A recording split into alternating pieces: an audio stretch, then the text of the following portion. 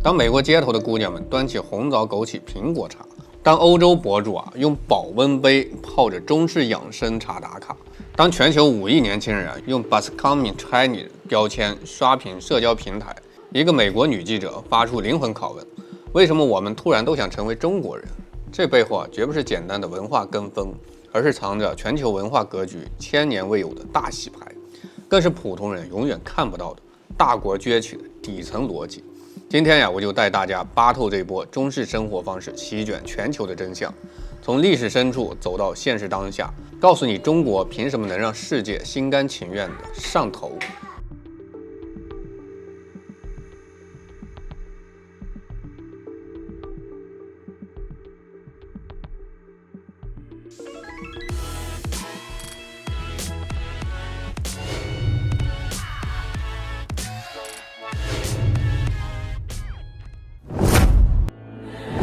先给大家看一组震撼画面。TikTok 上海外网友煮苹果紅棗茶的視頻播放量突破80億，有人甚至把紅棗當成東方神奇糖果珍藏。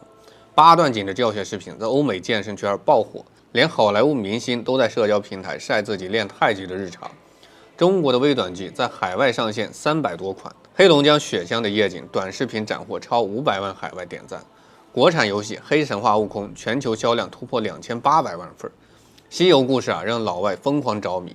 更有意思的是就像那位美國女記者說的，曾經痴迷韓國護膚品、法國化妝品的歐美年輕人，如今追的不是奢侈品，而是一杯煮透的蘋果溫水，一種刻在中國人骨子裡的生活方式。這不是偶然，而是全球文化霸權的第3次大轉移，是從東方到歐洲，從歐洲到美國之後，世界文化中心正在悄然回歸的鐵證。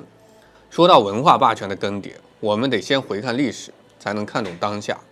在過去的2000年里，有1800年中國都是世界經濟跟文化的中心，直到1820年，中國的 GDP 占比超過30%，遠超西歐、東歐跟美國的總和。那時候的中華文化是整個世界的燈塔，周邊國家爭相學習漢字儒學，歐洲的啟蒙運動更是以中國文化為靈感。伏爾泰曾直言，東方是一切藝術的搖籃，東方給了西方以一切。那時候的中式生活方式是高端、先進、有智慧的代名詞，就像今天的歐美文化曾經的樣子。而世界文化格局第1次大轉移，從東方到歐洲，靠的是工業革命的硬實力跟殖民擴張的強推。第2次從歐洲到美國，是2次世界大戰後，美國憑借占世界60%的 GDP， 無可匹敵的軍事力量，把美式文化推遍全球。那時候的美國是世界最受歡迎的女孩，就像那位女记者提到的中學裡的 Fruitla， 所有人都想模仿她的穿搭、她的生活，喝可樂、吃肯德基、看美劇、听美国流行樂，甚至南非的孩子會把肯德基桑德斯上校的頭像當成納爾遜曼德拉。這就是文化霸權的極致體現，不是靠強迫，而是靠全方位的吸引力，讓你心甘情願的認同。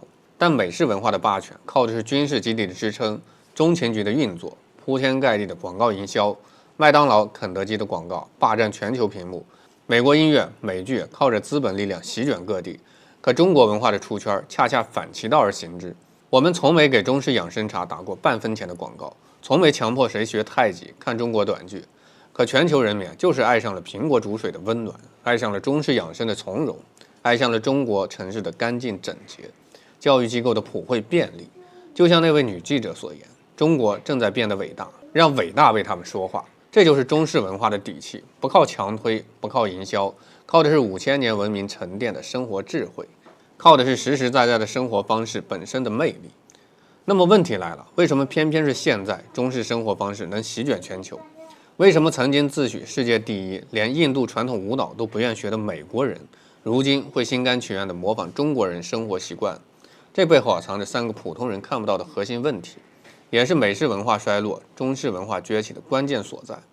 第一個問題，美式文化的空心化，讓世界失去了向往。美國的文化輸出本質上是消費主義的輸出，靠的是奢侈品、快餐、好萊塢大片營造的表面繁華，但背後是社會的撕裂、貧富差距懸殊，社會流動性極差。普通人出生在貧窮家庭，就算有天賦、有能力，也很難改變命運。醫療教育成本高得離譜，普通人連基本的生活保障都成問題。就像那位女記者感慨，在美國，你就算有再多證書，也不如带着自信跟自负说話重要。这种有毒的文化让越来越多的人感到疲惫，而中式生活方式代表着踏實的幸福。喝溫水、煮養生茶是對身體的善待，乾淨的街道、便宜的大學、普惠的醫療是對生活的保障。謙虛、包容、腳踏實地是刻在骨子裡的處世智慧。當美式文化的虛浮遇上中式文化的實在，世界的選擇其實是對美好生活本能的向往。第二個問題西方發展模式的失靈，讓世界開始尋找新答案。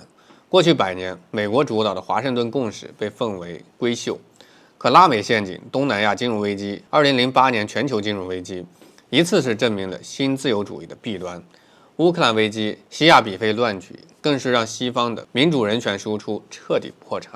而中國用幾十年時間創造了經濟快速發展跟社會長期穩定的2大奇蹟，成為世界第2大經濟體，對世界經濟增長的貢獻率持續保持在30%以上。我們沒有照搬西方模式，而是走出了一條屬於自己的道路。中國式社會主義，這種把日子過好的能力讓世界看到了另一種可能。就像海外網友看到了中國視頻後驚呼：原來城市可以這麼乾淨，大學可以這麼便宜，生活可以這麼安穩。中式生活方式的流行，本質上是世界對中國發展模式的認可，是對把人民的幸福放在第一位的價值觀的認同。第3個問題文化傳播的底層邏輯變了。真正的魅力是共情。過去的文化輸出靠的是居高臨下的灌輸，而現在的文化傳播靠的是平等的共情。TikTok 上的中式生活視頻沒有講什麼大道理，只是記錄普通人煮一杯茶、練一套太極、逛一條乾淨的街道。這些細碎的日常卻能讓全球觀眾產生共鳴，因為所有人都渴望溫暖、健康、安穩的生活。而中國的文化從來都是生活的文化，不是高高在上的理論，而是輸出柴米油鹽的智慧。喝溫水養身體是順應自然，待人接物謙虛包容是和諧相處，腳踏實地努力生活是天道酬勤。這些智慧跨越種族、跨越國界，是人類共同的追求。相比之下，美式文化的個人主義、消費主義在疫情之後，讓越來越多人感受到孤獨跟迷茫，而中式文化的集體溫暖、生活智慧恰好填補了這份空白。當這3個問題擺在面前，我們就會明白，中式生活方式席捲全球，不是偶然，而是必然。這不是什麼中國霸權，是文化的回歸，是價值的認同，是世界對美好生活的共同追求。I want to talk about China. I feel called to discuss China today for a few reasons. My social media is showing me a lot of people doing very Chinese things. Apple tea being the biggest one, like bone apple tea. And it's people in America. I want to say Americans, but people aren't saying American anymore. They're saying USians, Usians, kind of like Asians, but with a U. And it's because America is 2 continents. So we say Americans referring to people in the States, but really it's Usians is what we're going to say now. I've decided. I don't like the pronunciation USian. That sounds ridiculous. It's going to be Uj. So all of these Usians are posting their Asian tea. It's apples, jujuberries. I thought jujubes was just a made-up thing. I thought it was a candy. It's a real thing that comes from the earth. And then there's goji berries in it. You boil the apples in the hot water, and then you make this thing that you drink. They only drink warm water. They think that the reason we get sick so much in the US is because we drink cold water. So we have to drink the warm one now. And so everyone in the US is embracing Chinese culture, and it has me thinking, is this Chinese supremacy? Is this what it was like to live in other countries when America was becoming the it girl of the world? When I was in middle school, a new girl came from Albania, and she was the coolest thing. Everyone wanted to be like Flutra. She displaced the previous most popular girl. She was the Flucher. And so we all followed her and wanted to be like her instead of, it was like Shelby before that probably. I asked other people too. I was like, obviously she was the most popular girl in our middle school. And they were like, no, I thought it was, this other person. You don't even have the same perception of other people as to who the most popular people in school is. This was groundbreaking for me. I was like, I assumed the hierarchy was ingrained in all of us. But no, We all had different perceptions of who the most popular person was. And similarly, people probably feel the same way about China and the US fighting to be the hegemony. I know Russia feels the type of way about that. But basically this stuff, women in America are drinking it. I've only ever seen women in America make a purchase, right? Korean skincare is a thing. French makeup is a thing. Italian leather. But this is just apples and water. This is a cultural practice. This is not a product you import from another country. Also, the phrase, I'm in a very Chinese time of my life. Kids are saying it. The other thing, Chinese music. It's trending in the US. So why are we aspirationally Chinese now? I think it's a sign that the shift toward Chinese hegemony is happening globally. Also, take a look at this video. China is fully prepared to fight to the very end because the world is big enough that the United States is not the totality of the market in the world. So if the United States wants to go in that direction of completely shutting itself out of the China market, be my guest. Yeah, and China will lose the US market, which, as I've said, is 15%. We don't care. We don't care. China has been here for 5,000 years. Most of the time, there was no United States, and we survived. Right. And if the United States wants to bully China, we will deal with the situation without the United States. And we expect to survive for another 5,000 years. He's dunking on us. I don't even know what to say. He's in charge now. China leads the world after this video. The only thing that we understand in America is when someone big dicks us. We only understand power when it's coming from someone who's a little bit aggressive and egotistical. You can have every possible credential, and for some reason in America, that's not enough. You also have to walk with the confidence and talk with the ego that you're that guy. I understand it's a cultural thing. I moved to the Midwest. Being humble is a big part of the culture here. It's a quiet confidence. You don't brag. That's its own kind of, big dicking, big ballsing. And so this guy talking to us like that at a time when our leader is embarrassingly incompetent, you're in charge now. China's in charge now. This is why people look up to China. We only understand aggressive authority. We only understand this kind of toxic paternalism. Tell me you're in charge. I'll believe you. That's how Americans were taught to think. We don't all think like that. Some of us are enlightened, or another term for it might be woke. But I think China is the new superpower. We used to not care what was going on in other countries. I remember when I was in college, there was this event where some women from India were coming to our campus to teach traditional Indian dance. I think they were doing a performance, and there was going to be an interactive portion. No one wanted to go. One of my friends who's like a resident advisor was like, no one signed up for this event. We felt bad. Let's go. Let's go learn. Who cares? Let's go embrace this thing that, when else are we going to do this, right? So we show up, 5 of us, like 5 of them, and they teach us a whole dance routine. It was like a slumber party, right? It was a beautiful cultural exchange. And I would think about why wasn't anyone else wanting to go? Why didn't anyone else want to learn that? It's because Americans are like, we're the best. Why would I learn anything else? It's not right. You enrich your life from learning from other people's and embracing other cultures. But if you're the best, why would you do that? That's kind of the American mentality. Not anymore. Now, we want to be Chinese a little bit. I tried to find a photo of us on that night, and I went to this girl's Instagram page. We used to be super close. She has a baby now.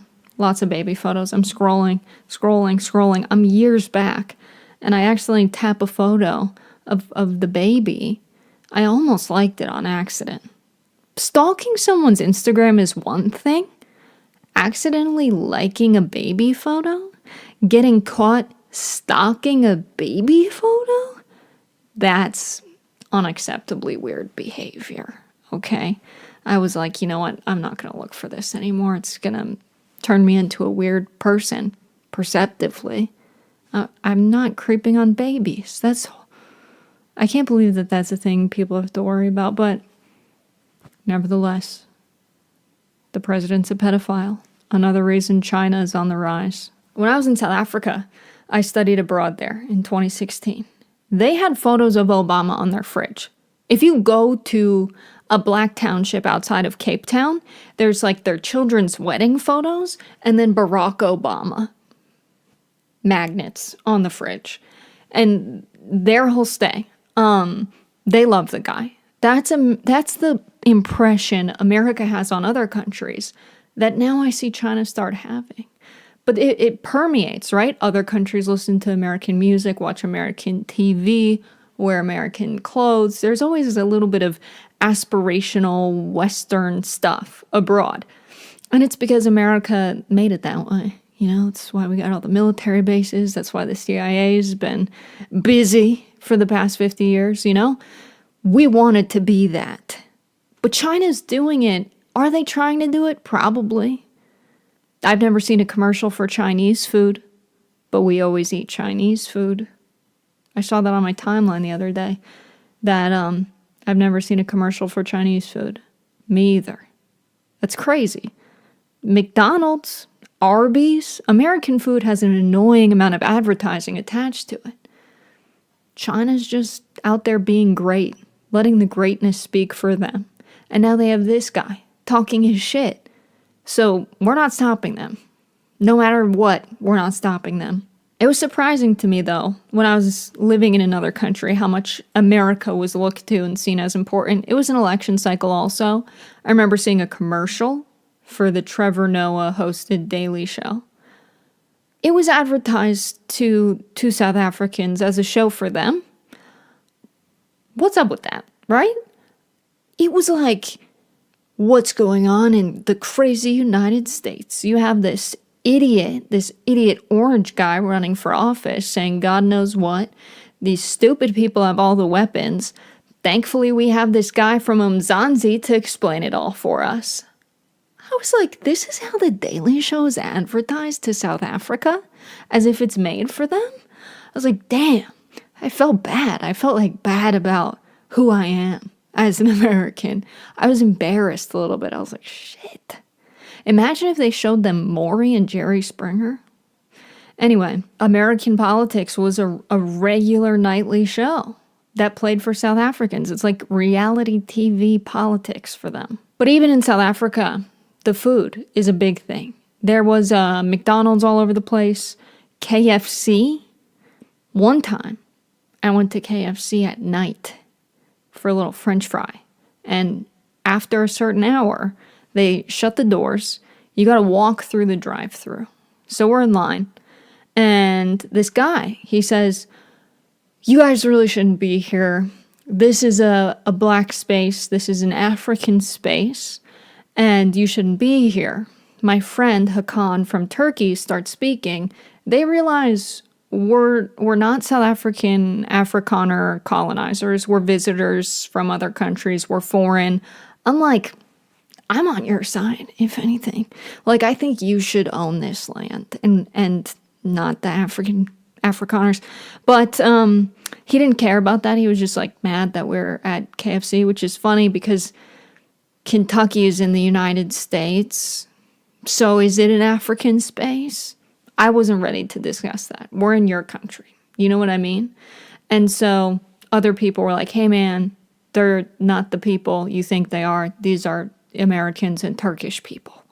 And so it actually ended up that guy was one of the biggest organizers in South Africa, youth political organizers, and like within 1 week had put on the largest university protests we had seen. So that was crazy. I was like, wow, I know that guy.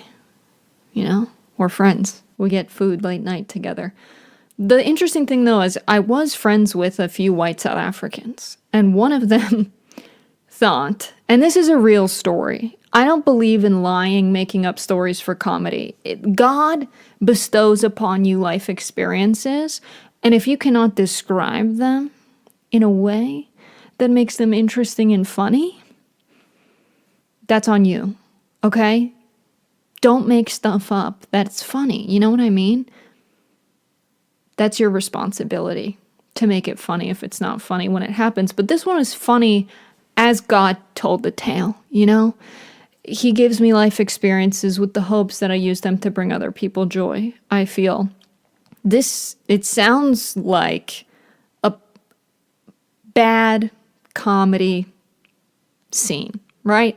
But it's real. And because it's real, it's funny. If it was written for a movie, wouldn't be funny. Anyway, a real person who grew up in South Africa believed that the KFC logo, Colonel Sanders' face, was Nelson Mandela. Because why else would this guy's face be plastered everywhere in the country?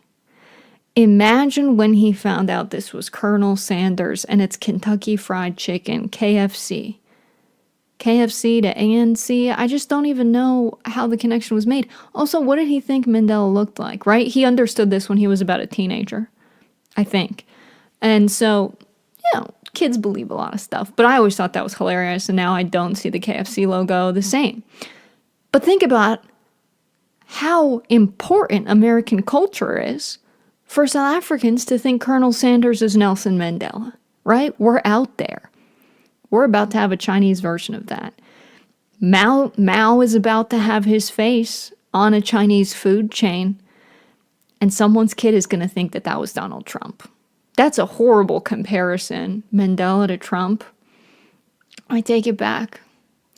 Although he does have a pretty similar face shape. It doesn't matter. It doesn't matter. I'm sorry to Nelson Mandela. God rest your soul. I can't even think of a better comparison. I'm not even going to try. We're just going to let that go. We're going to move on. I'm not saying Chinese society is perfect. Okay, that's not what this is about. This is about the perception that I have as an active social media user. I see a lot of young people, and I see young American women wanting to embrace Chinese culture. And I think that's a sign of Chinese supremacy. And it's not because the United States is worse than it ever has been before. That's definitely not true. It's also not the case that China is the best country with no flaws. The problem is that China's slowly been getting better, while the United States got better and then started deteriorating rapidly. The bar is low. No society is perfect, but China seems to be doing better, and I think that's where this is coming from, because when they banned TikTok, everyone went to RedNote, which is a company also owned by ByteDance, the parent company of TikTok. So we said, this app has similar functionality, let's go over there. We start seeing all these videos of people living life in China. We get curious, very curious. We've never seen this before. It felt like exploring another dimension. I had no idea they had that beautiful architecture, clean streets. University is very inexpensive. They go to school for longer school days. That probably isn't fun. But I mean, what are you going to do at home anyway, right? Nothing good, nothing productive. Maybe the kids should be occupied. I don't know. But I see this other way of living. We're talking about healthcare costs. There's a cultural exchange happening. And it left Americans longing for China. And it left the Chinese feeling grateful for where they are. And they're right to feel that way. And so China's strategy of do nothing and win is really working, I think.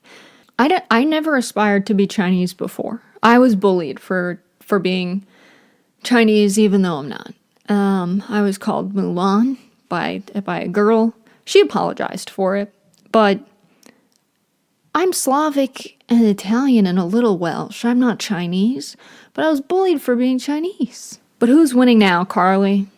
I shouldn't say that. She did apologize, and I forgave her. But no amount of apple tea will get you on my level now. Now that there's a new standard of beauty. Let me tell you something that maybe older generations don't understand. There's a reason China will win that is underappreciated, and it's that the younger generations of Americans love China. China has psychologically imprinted on us in a way that's irreversible, I fear. Picture it. You're an American child. You get in trouble for something. Your parents are stressed. They can't pay the bills. They're taking it out on you. There's not going to be an apology or an explanation. You're going to get sent to your room, teary-eyed, with a hurting heart, because the person that's supposed to make you feel safe and protected in the world is angry at you and the world. And so you get sent to your room for a while to play by yourself. And what do? You grab a toy. And what does the toy say on it? It says made in China. When no one was there for you. China was there for you. China was there for me. I love China. Why wouldn't I love China? I have nothing but positive associations with China deeply ingrained in my psyche. So you can imagine when I started hearing China's going to become the world power, China's on the rise, all of this stuff. When you grow up, China's going to be so important. I was like, I know. China's everything. To me, they've made everything I love and enjoy. So I'm not sure if we're ever going to be able to tell the American children that China's bad. I literally got a pink Nintendo DS for my 13th birthday and got a game to learn Chinese, to learn Mandarin. Okay? I didn't learn that much because I was not diagnosed with ADHD. But if you gave me a pill and you sat me down with that game, I'd be fluent.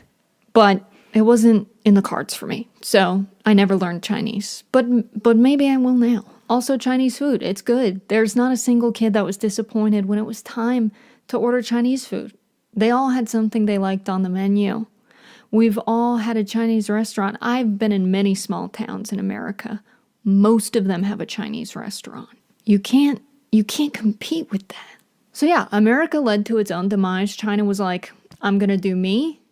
That is the right strategy. If I had to explain it in terms of hip-hop, rap, beef, China is 50 Cent. And the United States is Diddy. And the documentary is about to drop. That's the global hegemony situation. When I was leaving grad school, I had this guy like, oh yeah, I really want to make sure you land somewhere good. And there was nowhere really that I wanted to go. I was like, no one's making good policy in the United States. Why would I go work for Deloitte, Just funnel money out of the public budget to pay consultants to use AI to make slide decks. I don't want to be a part of the consultant industrial complex that runs the American government. So I ventured to do something different. He said, how about I get you a interview with Graham Ellison's office. You're going to do the application process where you write a memo for Graham. Who is Graham?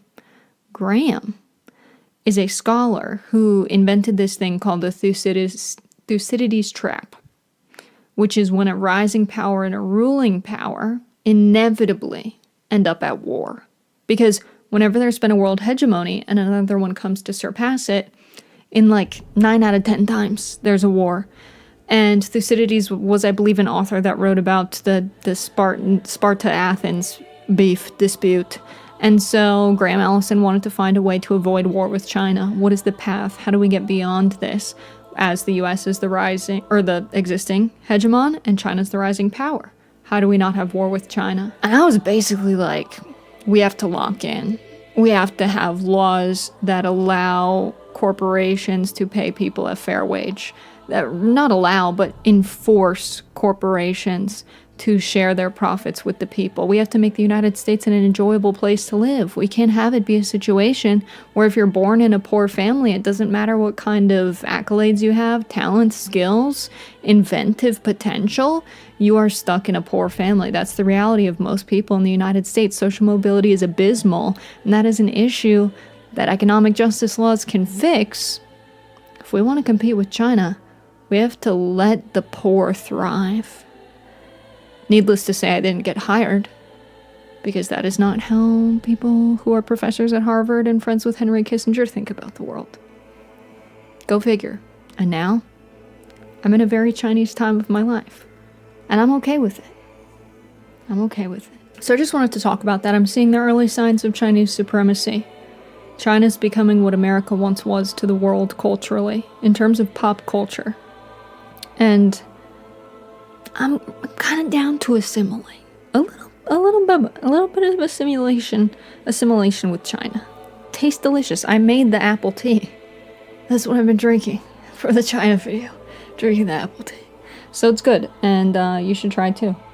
go China. Like, we can all be friends. That's my take. Thanks for watching. Love you, bye. 当 Becoming Chinese 成为全球潮流，我们看到的不是文化征服，而是文明的共鸣。中式生活方式席卷全球，不是终点，而是起点。我是大赵，下期再见。